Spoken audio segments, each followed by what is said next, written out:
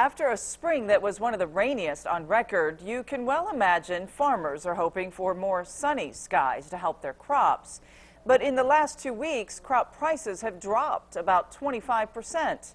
News 10's Dan Klein reports even with much up in the air, farmers are staying optimistic.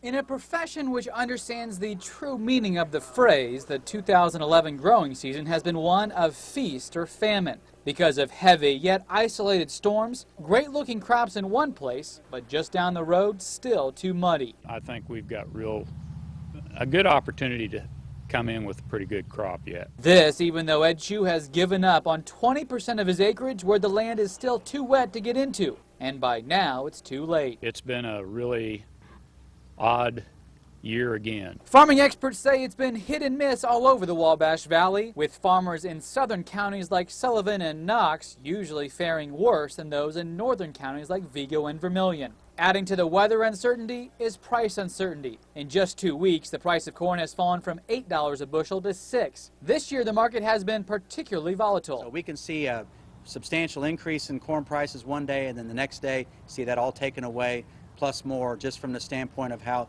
the grain trade sees the weather and the crop progressing. Still, even with the recent drop, $6 a bushel is more than double what was considered a good price just a few years ago. Yeah, I'd like to have 8, but you know, $6 isn't anything to sneeze about, and who knows what it's going to be. For now, farmers like Shu just hope for a stable summer with lots of sunshine mixed in with a little rain. They're cautiously optimistic. Come back and check with me in November and I'll tell you how ideal it went. Because there's still time to turn the odd into the ideal.